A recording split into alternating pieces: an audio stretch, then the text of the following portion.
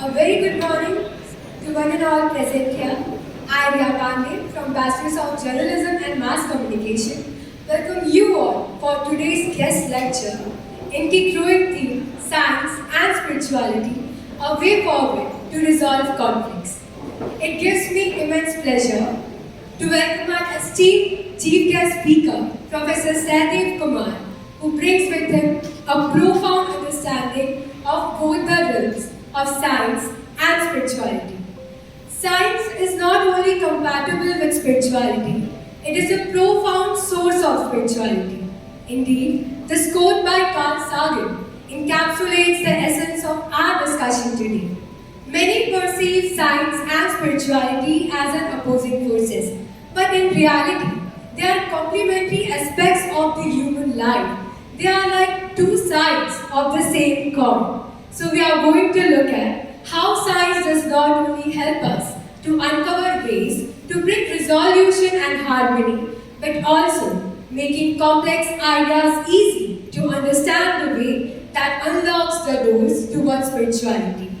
Now, without further ado, I would like to request Professor Pratyush Shankar, Provost Navrashna University, to deliver the welcome address.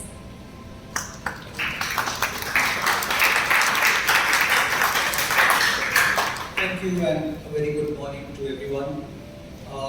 It's my honor and duty to welcome our guest speaker, Professor Sehdev Kumar. Thanks for agreeing to come here and talk to our faculty members and our students. It was a short notice, and I'm very glad that everyone has come here to listen to you. I'd also like to welcome Mr. Stewart, Professor Sehdev's colleague, to this gathering. As a provost, I'm symbolically supposed to say a few words before most events these days. And then the question is that, what else to say apart from welcoming all of you? And it gets me thinking every morning when I look at the topic for the day. It's not surprising that Professor Sehdev is from environmental studies and he's going to talk about spirituality and more importantly talk about conflict.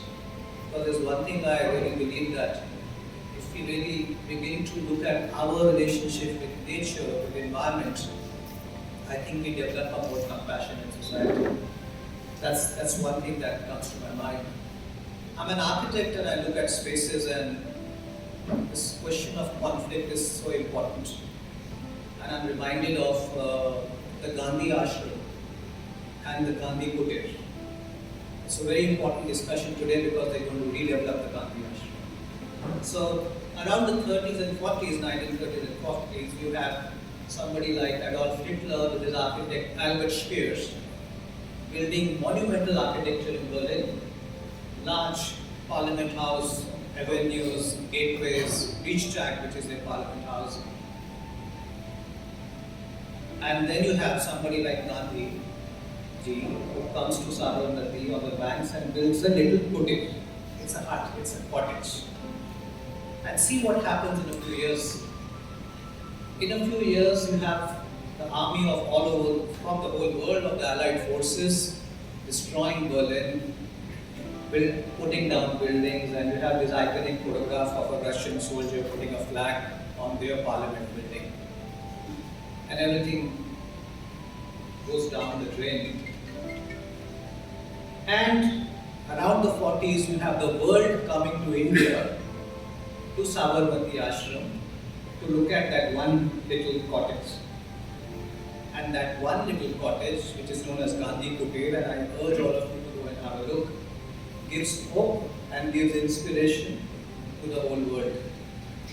Not only it led to a major frenzy of institutional building in a city like Ahmedabad, but it shaped our politics, shaped our public discourse. So in that sense, when I look at the Gandhian thoughts, when I look at the idea of spirituality, and how do we deal with a world that is a human nature that is always at odds, always at conflicts. More so today, I think this talk is far more relevant in today's time as we see what is happening all across the world. So with that little note, I don't know what you're going to speak, Professor Sehdev, but thanks again for coming here and agreeing to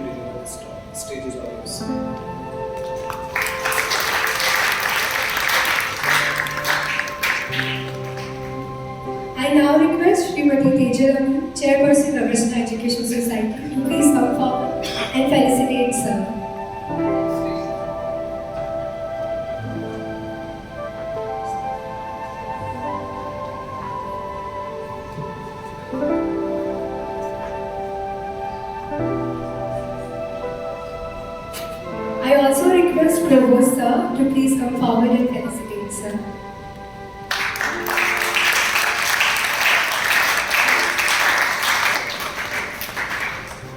I request Sandeep Sir to felicitate Mr. Stuart Greaves. I am delighted to take the opportunity to introduce our guest speaker, Professor Sehdev Kumar. He is a Professor Emeritus of Environmental Studies at the University of Waterloo, Canada. His interests are history of science, mystical thought, and poetry. He is the author of many books, including The Vision of Kabir. His latest book, 7,000 Million Degrees of Freedom, The Lotus in the Stone, Matter of Life and Death, and many more enlightening books like this. He currently lives mostly in the Himalayas, in the Indian state of Uttarakhand, at the Madhavan Ashram, and in the international spiritual community of Auroville in the South India, with some 3,000 people from 60 countries. Born and brought up in Punjab in the princely state of Patiala in India. At the age of 21, he was awarded a scholarship for postgraduate studies in nuclear physics in Canada, specializing in radiation physics. He earned MA from Ontario Cancer Institute of University from Toronto and PhD in the history and philosophy of science. At the beginning of the environmental movement in early 1970s, he joined as professor in the Faculty of Environmental Study at the University of Waterloo, Canada, and founded a new interdisciplinary department of man-environment studies with emphasis on addressing environmental issues in a global and futuristic context from the perspective of both physical and social sciences. For more than 25 years, as professor, he focused on global environmental issues from ecological, scientific, and bioethical perspectives and was deeply committed to environmental sustainability, social justice, and global peace. In fact, he saw them all as one integral whole. We are grateful for your presence, sir. I now request sir to please come forward and address the gathering.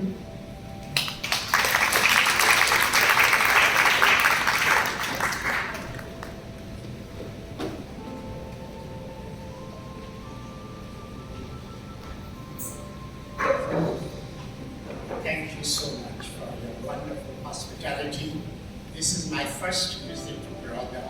I'm truly overwhelmed by your hospitality and by your love. I come from many years of stay in Canada, and I should tell you something quite unique about Canada. Canada its size is 3 times that of India, and its population is less than 3% of it. So it's overwhelmed. There are 33 Canadas in India. So when I come back to India, every time I feel overwhelmed by the number of people here. It's incredible. But that is our civilization, our culture is so ancient and so wonderful, so extraordinary. So I feel overwhelmed by the wonder and background of our culture, our civilization.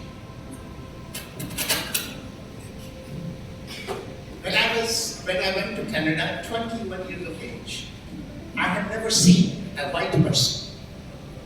I had never met one from Europe. And it was incredible. So first time I met a person who was white in Canada, a person who was black from Africa. I never met anybody from China. I had never known what Jews are. Incredible. The whole world was open. And yet I used to recite, like many of us do, the Vasudev Kutambakam. The whole world is my family. And then I said, how much do I know about my family? How little I know about my family. So it is really everywhere the real challenge is for us to know about our family, our world family, our global family. Do we learn how to respect them, how to live with them, how to understand their backgrounds, their frailties, their stupidities, their arrogances? And one thing I discovered when I arrived in Canada, that I was told I was not an Indian. I was not an Indian. I said, how come I'm an Indian? No, you're not an Indian. You're East Indian. I said, wow, East Indian. Because the people who lived in Canada, native people, and the indigenous population, they were mistakenly called Indians. And so people like us from India were called East Indians. And then people from Trinidad, Jamaica, they were called West Indians. So there were three kinds of Indians. And then I discovered, and this is my turning point from physics to learning about social issues, spiritual issues, complete historical issues. That's very important. So I learned that the people of indigenous populations were not treated well. They were treated awfully. And there were many schools were created for them called residential schools. And the slogan of these schools was written, to take the Indian out of the Indian. If you understand, that the Indians, native people were considered that they are not human. They are animals, they are beasts, and you want to make them civilized. So there were residential schools were created, so were children from the native people were taken away from their families, and they were taught by the churches, by the nuns and monks, and they were funded by the government of Canada, and they were maltreated. Many of them killed, abused, physically, sexually, and it's awful. It's only last 20 years that the Truth and Reconciliation Commission have been set up to see what was done to them, and this kind of a cultural genocide. So I feel more and more that everywhere, the real challenge, real spiritual challenge for every person, everywhere in the world, how to recognize each other's humanity. To give dignity to every person, whether you're a woman, whether you're a child, whether you're disabled, whether you're black, or you're Chinese, or you're low caste, or whatever. It is a real challenge for all of us, because we are moving into a new world. Many of you don't immediately. Now we are 8 billion people in the world. 8,000 million people. About 800 crore people. So that's extraordinary. In the beginning of the Christian era, 2,000 years ago, human population was less than 2%. There were only 200 million people in the world. Now we have 8,000 million people. So extraordinary change in the last 2,000 years. This is despite all the wars, all the diseases, all the other tension that have created killings and disasters. So we have a big change. Now what is special? What is special in our times?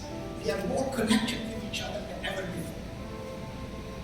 before. All of you I know have smartphones, and it's amazing.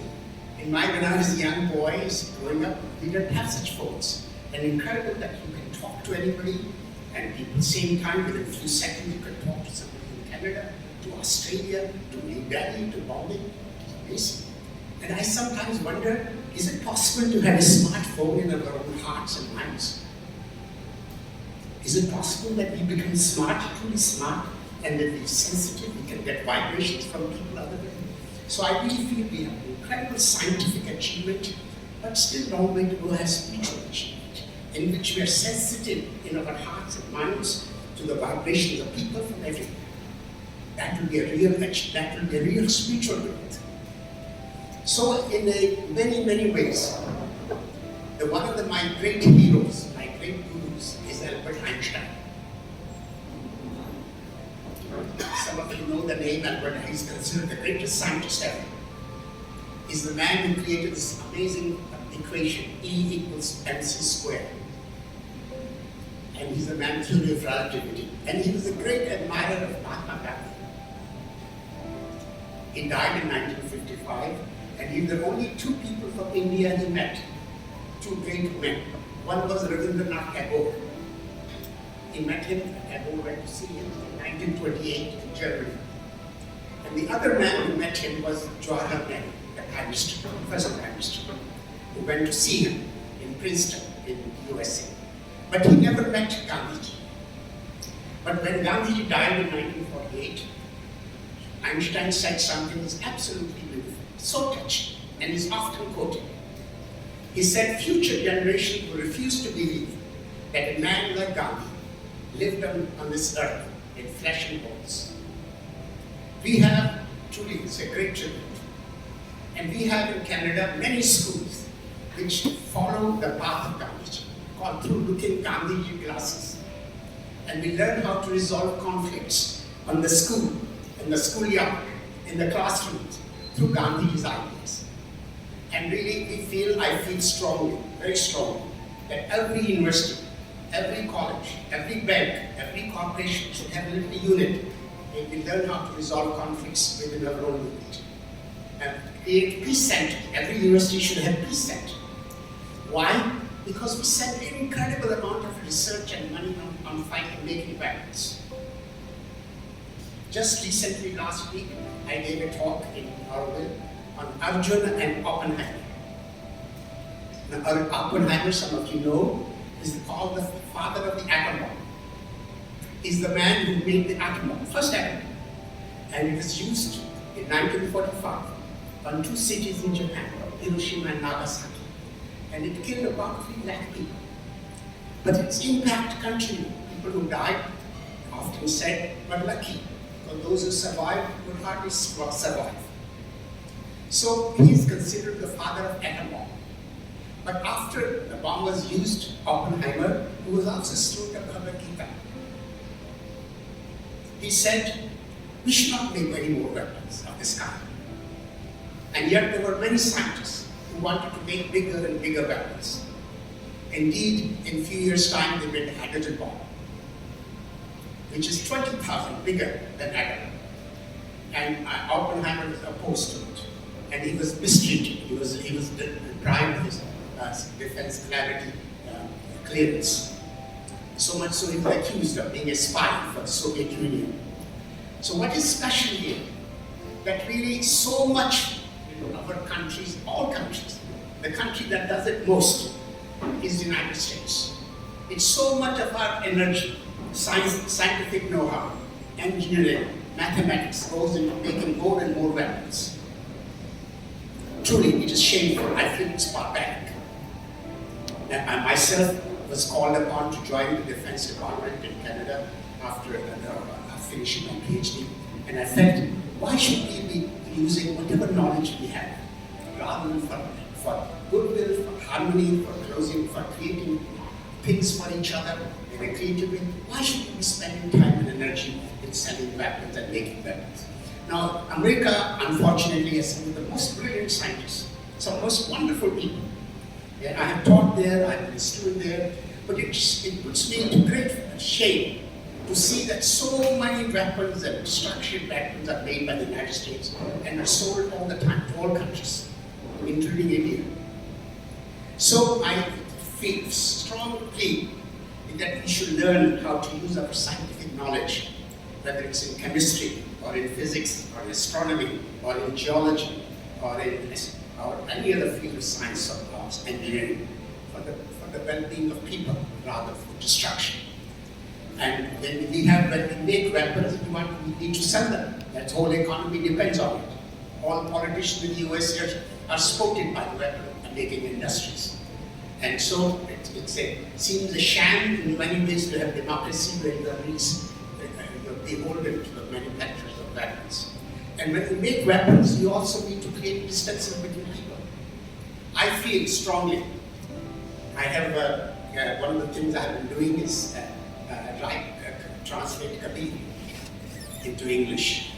And then on the basis of my translations, Kabir is being translated in 10 languages, including Chinese. A book on Chinese translation just came out 2 days ago, and I brought a copy of it with me. So I feel that really we need to reach out to each other. Say, Abli Allah Nuru Paya, Kudrati ke sab bande, ek nur se sab jag ruk gaya. Arey kaun bhale ho kaun. From one light all has come to be. You are children of the same creator. Who's good, who's bad? These are only phantoms of your own mind. Abli Allah Nuru Paya, Kudrati ke sab bande, ek nur se sab jag ruk gaya. So, really, in some ways, this is our real motto to understand each other's humanity in the spirit that pervades in all of us. So, next year, it's interestingly, China has over 10,000 yoga students. And I'm invited to present Kabir in Hindi in English and in Chinese translation in hundreds of studios of yoga studios in China. So I feel very strongly that really the two great countries of Asia, China and India, should be together.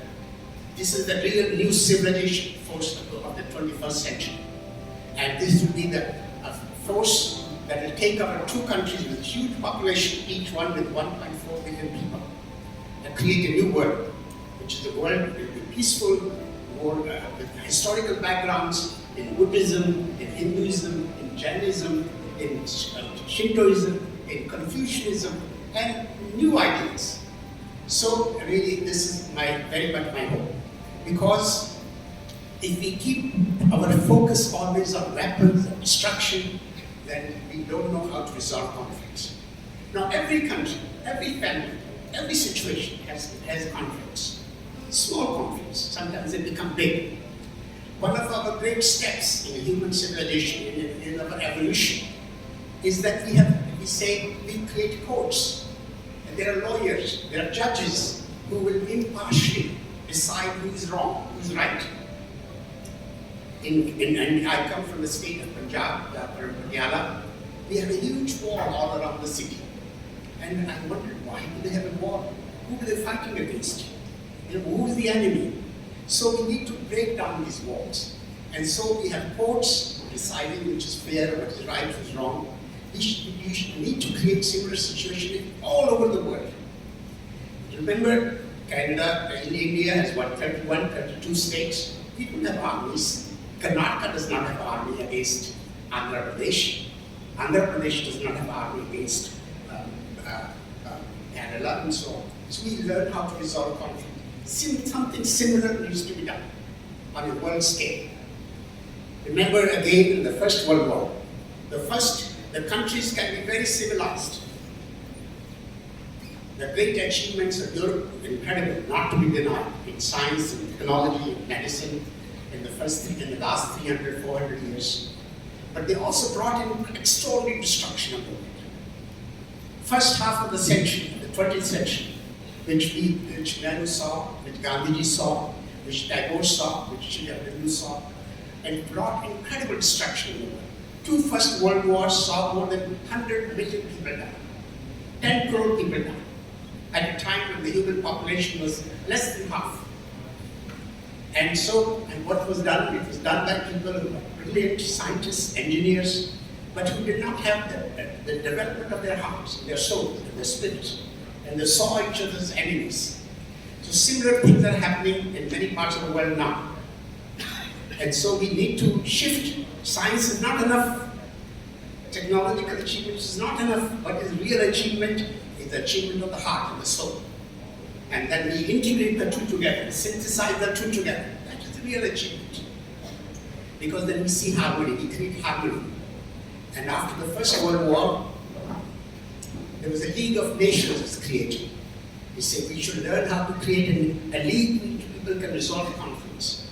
And then after the Second World War, the United Nations was created. Now some of it works, sometimes it does not work.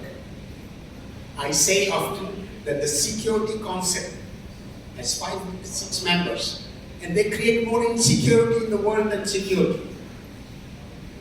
You see, they're Russia, they're China, and USA, and France, and Britain, but all of them are in the business of making weapons and selling weapons. That's not security, that's the insecurity. So we need to learn how to create a world in which weapons are unnecessary, that we learn how to resolve conflicts. So my urge to all of you here, that every school, every university should have a peace center, mediation center, conflict resolution center, how to resolve conflicts peacefully. You create a little committee of ethics committee, and you have students, members, students who are students, who are teachers, who are other staff members. Say you are a member only for 2 years, 3 years, so you don't become arrogant about it. And you learn how to resolve conflicts. Similar things need to be done at every level in the society. And really, because conflicts seem almost inevitable, but how we resolve conflicts, that we must learn how to do it thoughtfully, spiritually, kindly, not destructively. Because if we do, we spend an incredible amount of energy. Now there is a word many of you know, we say love is blind, Why is love blind?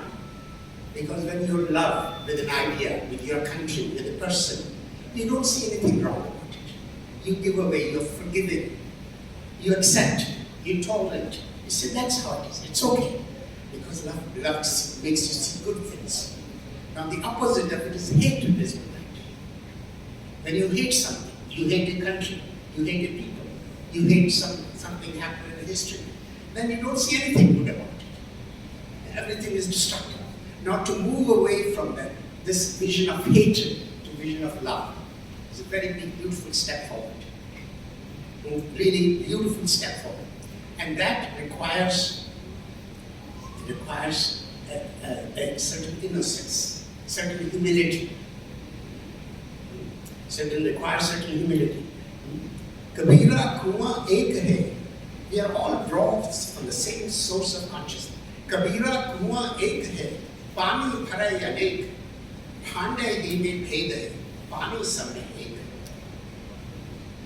These are some of the most beautiful things said in our culture by our great sages. Whether it's Kabir or Sri Aurobindo or Ramakrishna. These are some of the beautiful things said. Kabira kuan ek hai, pani bharai anek, phande hi mein bhed hai, pani sab mein ek. We draw the same water from the same source of consciousness, same well. Only the vessels are different, but the water is the same. Now these are truly, for me, this is truly spiritual growth. It's truly spiritual growth. Because if we don't move from that level, we don't recognize the beauty and the wonder. Now all of you know how Shri Krishna revealed his great Vishwarupa to Arjuna. I feel we all need to have a Vishwarupa of the earth in our presence on it. It is an amazing experience. The more we learn about the cosmos, we now know there are millions and billions of galaxies in the world. But this earth is the only place where there is life. We don't know why it is so. Maybe you young people may discover in 20, 30, 40 times maybe there's some life somewhere else. But truly to discover that this place, this little speck of dirt in a huge, huge cosmos is the only place life exists. And then we are out to destroy it. We spent, many people like America particularly spent billions of dollars trying to find a drop of water on Mars. Some life somewhere. But we spend hundreds of billions of dollars to destroy life here on Earth. Seems strange. Strange. Martin Luther King, the great black leader from the USA, he said, we have guided missiles and misguided men. We have guided missiles and misguided men. We need to be guided. We need to be more guided. We can make guided missiles which can go hit anybody or anywhere in any part of the world within 10 minutes, 15 minutes. And the great achievement of science. But real achievement is how not to send these weapons, how not to make them. So we say that we have guided missiles and misguided men. Everywhere in the core of the world, real movement from a primitive life to a more developed life is how to create harmony, oneness, peace with each other. In the family, with each other, in our institutions, in our countries, amongst the people. Now many people I don't know that how American or European imperialism destroyed so much part of the world. Many people don't know how USA, when it became a country about 225, 40 years ago in 1776, how many states USA were?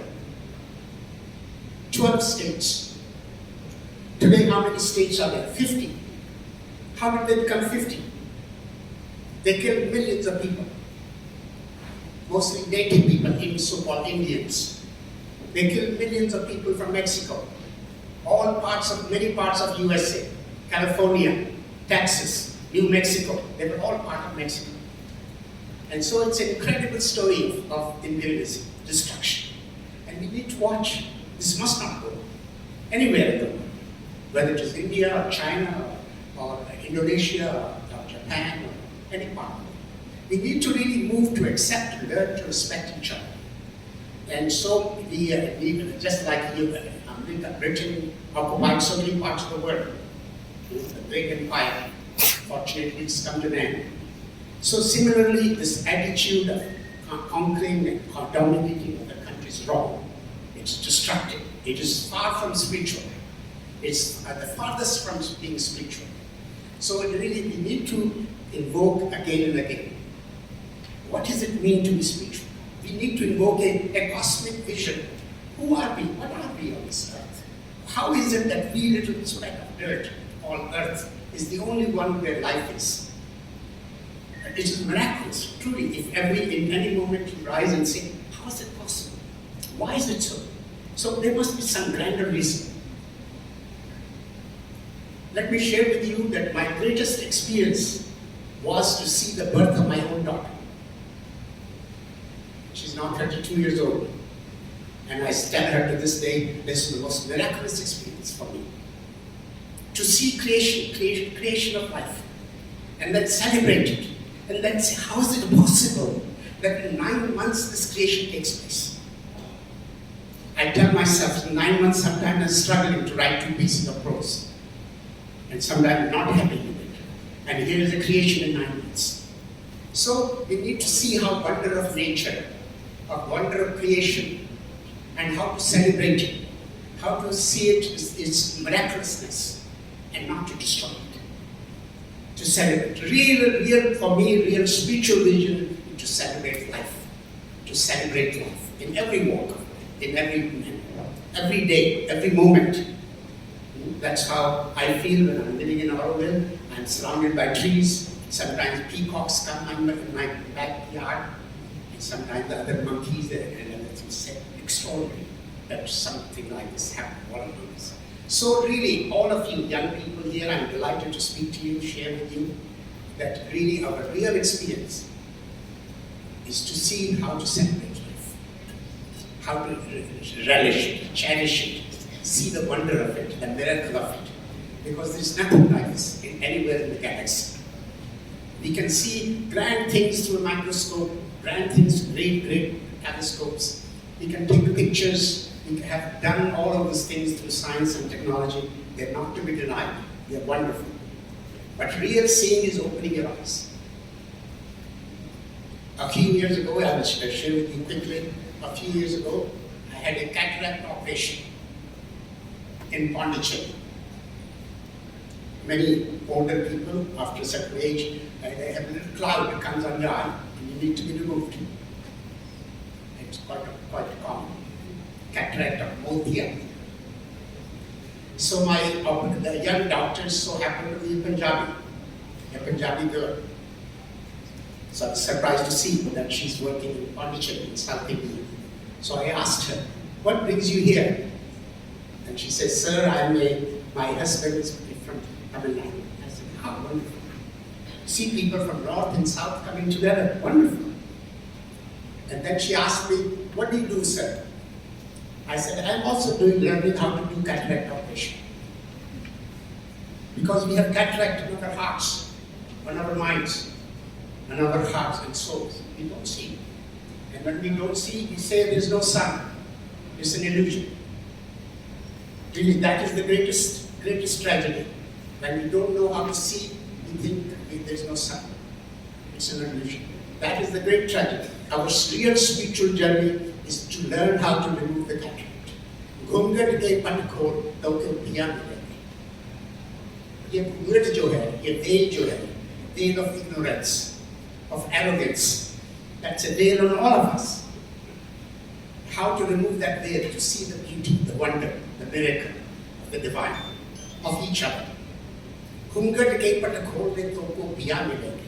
और ऐसे ही कहते हैं लगा लो मुझे अधरों से अपने कि मैं बांसुरी बन जाऊं. See, in Hindi it's a beautiful word, bans, bamboo, and bansuri means sur of bamboo.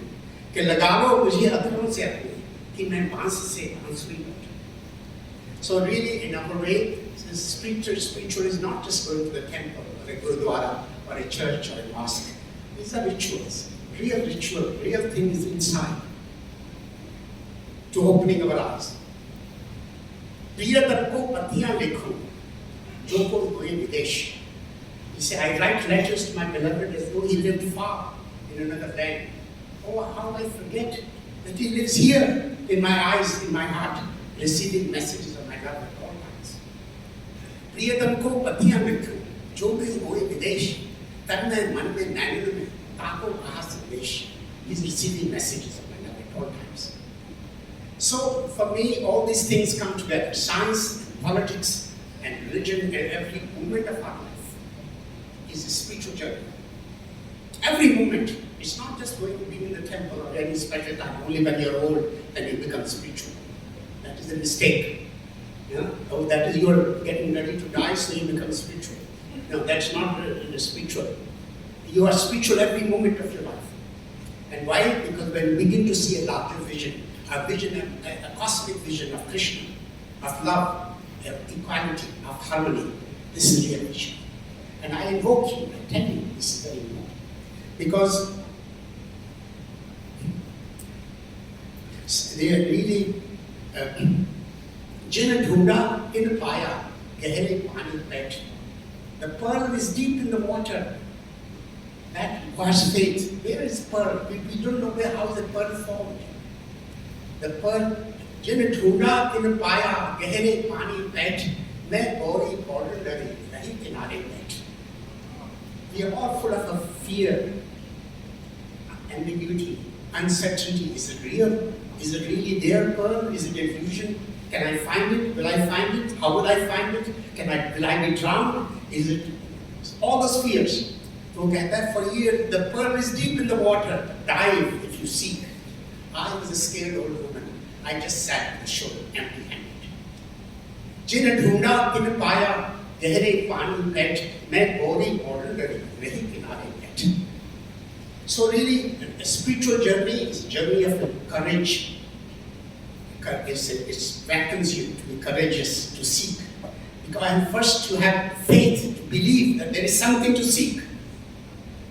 And there really, many, I see a lot of illusions, people fight over religion, fight over this and that.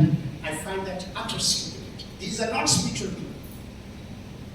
Really, if you had spiritual people, you would tolerate, accept each other. I'm going to finish by telling a little story from Canada. I used to write a column for a magazine. I wrote it for over 10 years. It was called Ideas and Beliefs.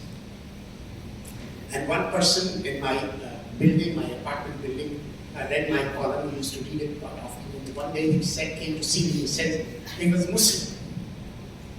And he said, Professor, sir, tell me something. Do you really believe that God is an idol in a stone? Because as you know, many Hindus worship stone, idols, images. So I said to him, I don't know where God is. Perhaps you know. I said, sometimes I see him in many places, sometimes I don't. But one thing is for sure, that if somebody else believes God is in that stone, one learns to respect that belief. Then I asked him, do you have a picture of your daughter on your wall in your house? Do you think your daughter is in the picture? If I came to your home and spit on that picture, how would you feel? You'd be hurt. So please don't go around destroying anything. That's not human. That's not spiritual. That's wrong. We learn to accept each other. You say whether but idols or no idols, or some stone, or some mountain, or some river, that is real spirituality. That is our real ecological wealth. So really, I invoke all of you to learn to respect each other, to learn to see beauty and wonder of each other, to see the wonder in the universe. That is real spiritual journey. And that will create harmony and peace in the world. And not to spend all your skills, whether as an engineer, or a mathematician, a physicist, on creating destruction, or creating weapons of destruction, and then becoming a merchant of death, rather than merchant of life. So that's my goal in my education. Thank you.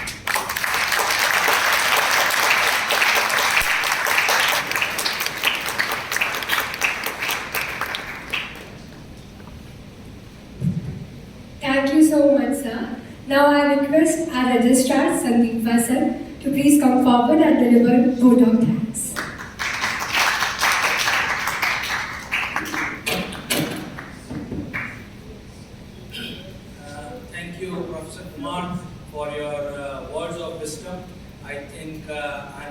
speechless, and I was willing you to speak more and more till the time we get in for lunch.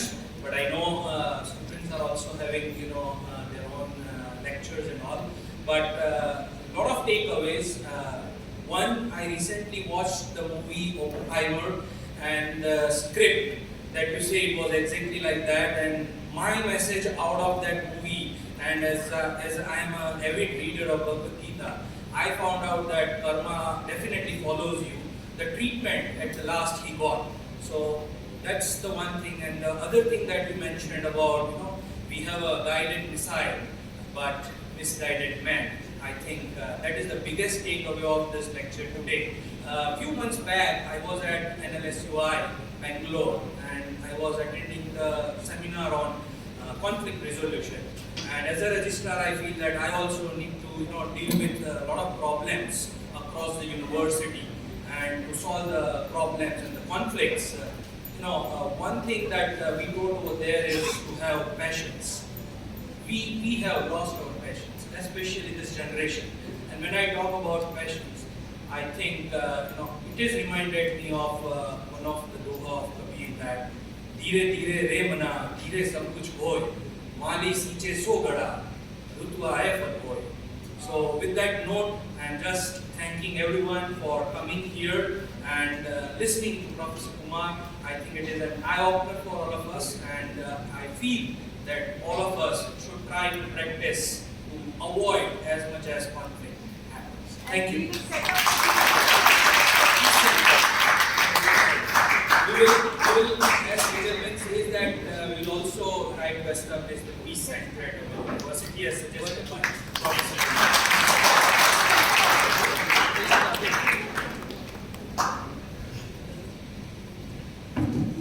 Thank you so much, sir. I would like to conclude the event by saying, कबीरा खड़ा बाजार में मांगे सबकी खैर, ना काहों से दोस्ती, ना काहों से बैर. I hope all of us are taking some learning from here. Thank you once again for being a part of this lecture. Thank you so much, sir.